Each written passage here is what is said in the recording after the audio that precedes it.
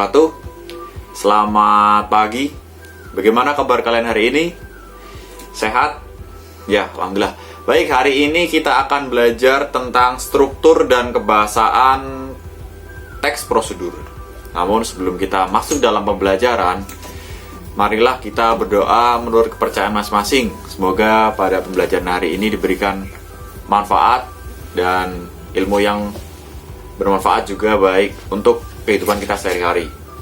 Baik, berdoa mulai.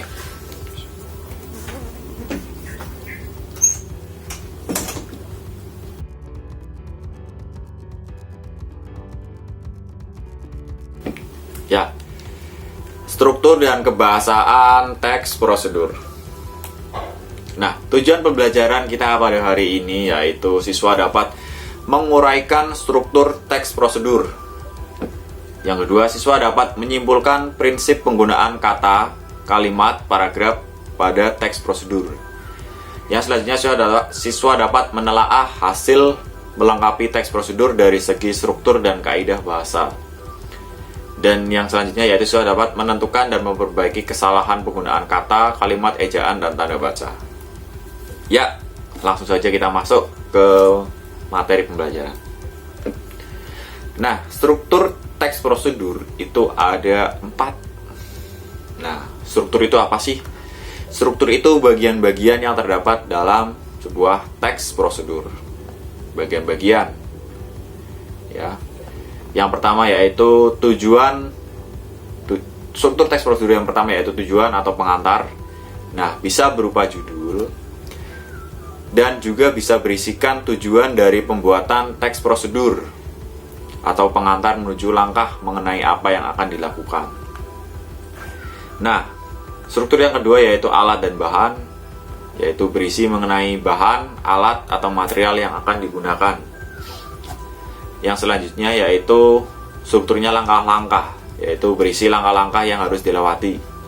Kemudian struktur yang terakhir yaitu kesimpulan atau penutup, biasanya berisi ucapan selamat karena sudah mengikuti langkah-langkah yang sudah dipaparkan dalam teks prosedur, dan biasanya dan juga bisa berisi tentang mendapatkan hasil yang diharapkan dari teks prosedur itu.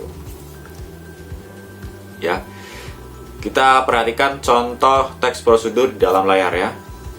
Judulnya yaitu obat tradisional insomnia. Kita baca dulu ya. Anda mengalami insomnia atau tidak bisa tidur. Nenek moyang kita mewariskan resep tradisional untuk penderita insomnia. Itu bahan 5 potong akar kelapa hijau masing-masing 4 cm.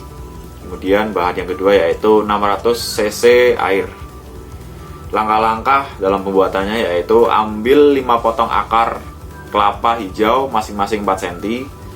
Kemudian tumbuk kasar bersama 10 butir biji teratai. Kemudian tambahkan 600 cc air ke dalam hasil tumbukan. Kemudian rebus semuanya dengan anco yang telah dibuang bijinya sehingga air tersisa 300 cc. Kemudian minum selagi hangat. Kemudian selamat menikmati obat tradisional untuk kalian yang mengalami insomnia. Semoga lekas sembuh. Terima kasih. Nah, ralat ya, ini di dalam bahan itu ada 10 butir biji teratai. Bapak salah ngedit ya. Jadi dalam teks prosedur di atas, mana yang masuk struktur-struktur teks prosedur? Kita simak ya. Struktur teks prosedur yang pertama yaitu tujuan, yaitu bisa berupa judul ataupun bisa berisikan pengantar. Nah, ini termasuk obat tradisional dan Anda mengalami insomnia, ini masuk dalam pengantar ya. Pengantar ataupun tujuan. Tujuannya yaitu mengobati orang yang obat tradisional tentang insomnia. Jadi membuat obat untuk mengatasi insomnia. Nah, unsur yang itu yaitu bahan. Jelas ya. Bahan, alat dan bahan. Yaitu 5 potong akar, 600 cc dan 10 biji teratai di atas ya. Kemudian yang selanjutnya itu langkah-langkah Nah, sudah jelas ada langkah-langkah di sini. Berarti ini 1, 2, 3, 4, 5, ini termasuk langkah-langkah ambil, tumbuk, dan lain sebagainya. Kemudian struktur penutup itu pada terakhir. Selamat menikmati obat tradisional untuk kalian yang mengalami insomnia. Semoga lekas sembuh. Nah, ini semua ini termasuk bagian penutup ya. Ini sebagai pengantar atau juga tujuan, kemudian bahan, kemudian langkah, ya langkah, kemudian penutup. Ada 4. Nah, kita masuk ke ciri kebahasaan teks prosedur. Nah, ciri kebahasaan teks prosedur yaitu ada yang pertama penggunaan kata perintah. Apa itu kata perintah? Yaitu kalimat yang mengandung kata perintah,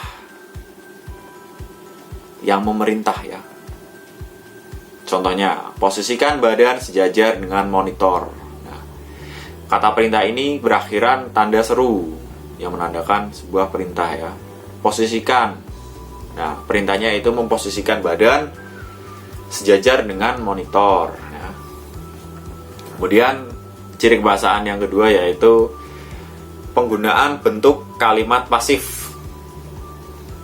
Nah, bentuk kalimat pasif yaitu biasanya terdiri dari imbuhan ter dan di. Contoh, tombol keyboard sebaiknya ditekan dengan lembut. Nah, ditekan ini kalimat pasif.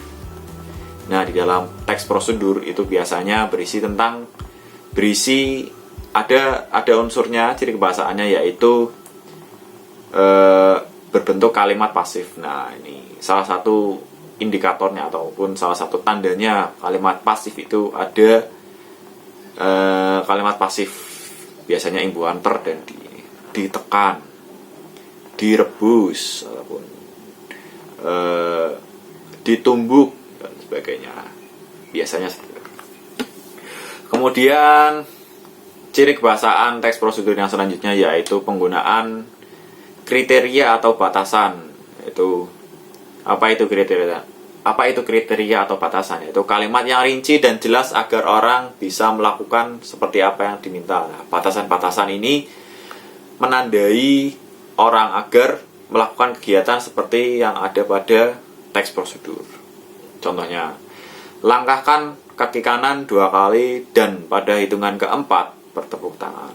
Nah, batasannya itu setelah kalian melakukan melangkahkan kaki kanan 2 kali, dilanjutkan dengan pada hitungan keempat langsung bertepuk tangan. Jadi ada batasannya, setelah melangkah 2 kali hitungan keempat langsung tepuk tangan. Seperti itu.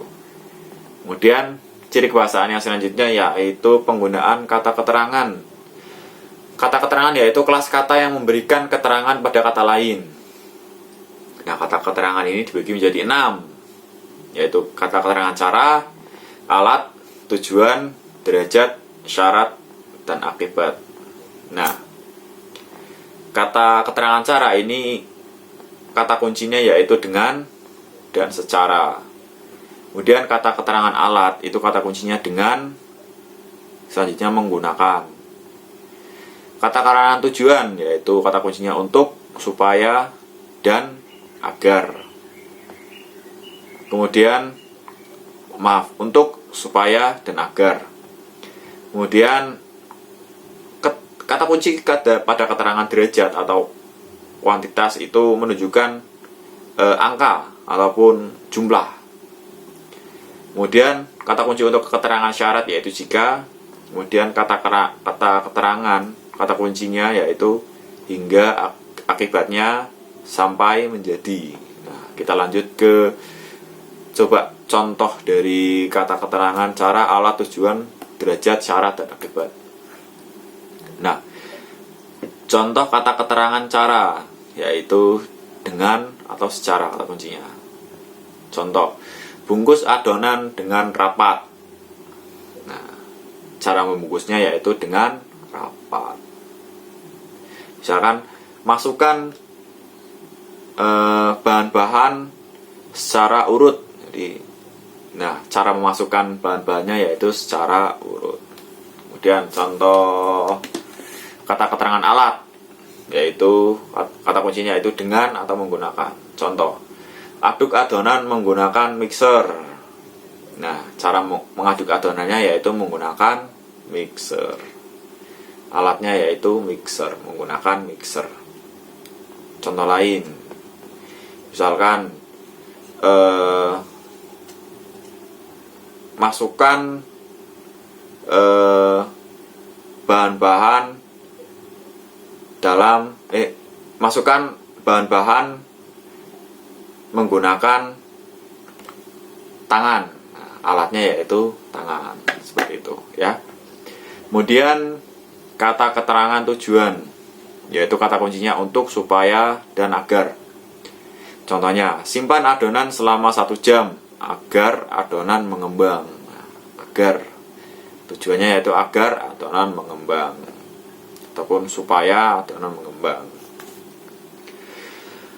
Kemudian kata keterangan derajat atau kuantitas, ya, ingat jumlah ataupun banyak, itu masuk dari kata kunci dari kuantitas yang menunjukkan banyak ataupun jumlah. Contoh, ulangi gerakan selama 3 kali. Nah, jumlahnya berapa? Kuantitasnya berapa? 3 kali. Ya. Kemudian kata keterangan syarat, kata kuncinya yaitu jika. Contoh, jika gula terlalu banyak akan cepat gosong. Itu kata kuncinya. Syaratnya jika memberikan gula itu jangan terlalu banyak agar tidak gosong. Kemudian contoh dari keterangan akibat, yaitu kata kuncinya hingga, akibatnya sampai, menjadi. Contoh, goreng hingga kecoklatan. Ataupun misalkan masak ayam sampai kuning keemasan. Nah, kata kuncinya sampai. Contoh-contohnya pasti ada kata hingga, akibatnya sampai, menjadi. Nah, ingat kata-kata kunci ini. Ya, setiap keterangan ya, itu menunjukkan ciri kebahasaan dari teks prosedur. Nah, ciri kebahasaan teks prosedur selanjutnya yaitu penggunaan kata perintah.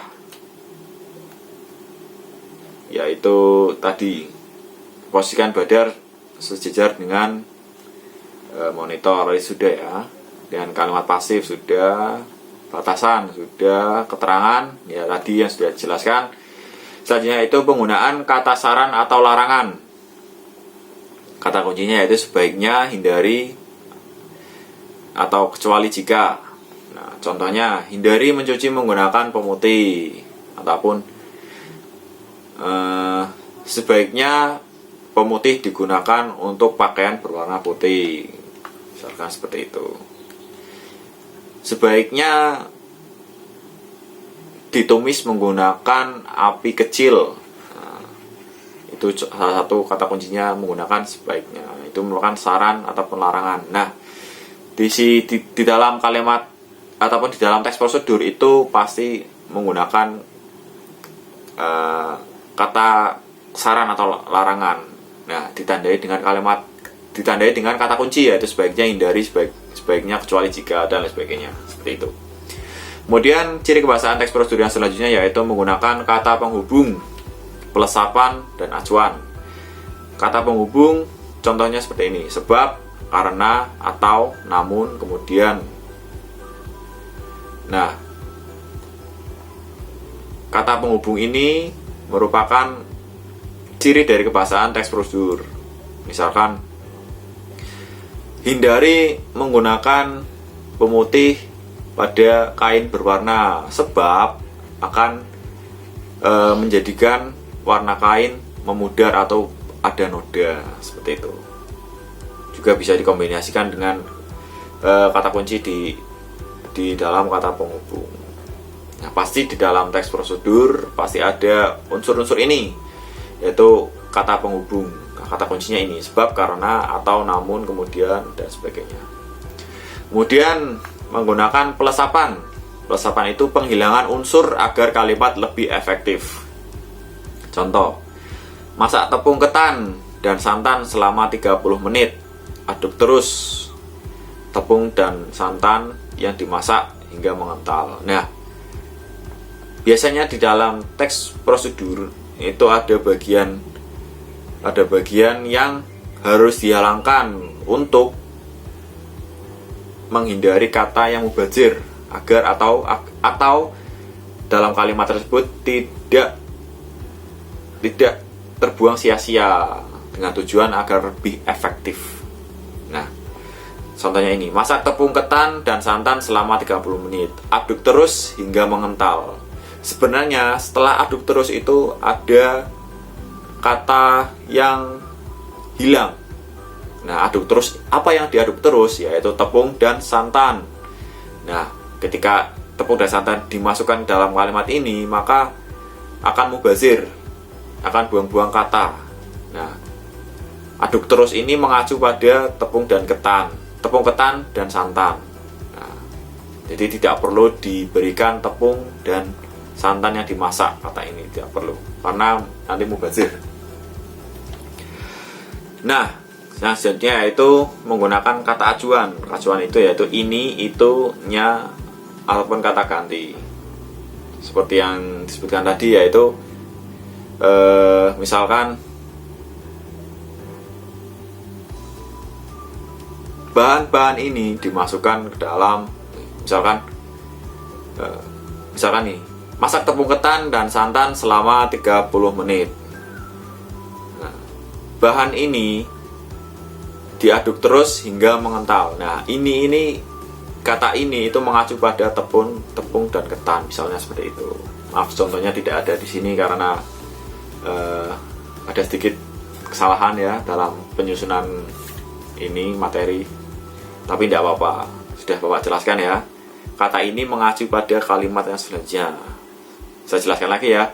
Misalkan masak tepung ketan dan santan selama 30 menit. Kemudian bahan-bahan ini diaduk terus hingga mengental. Bahan-bahan ini, kata ini mengacu pada tepung ketan dan santan yang dimasak, seperti itu ya. Kemudian penggunaan akhiran i dan akhiran kan. Misalnya ambilkan, kemudian ataupun posisikan. Nah, biasanya berakhirannya kan. Kemudian yang imbuhannya i, misalkan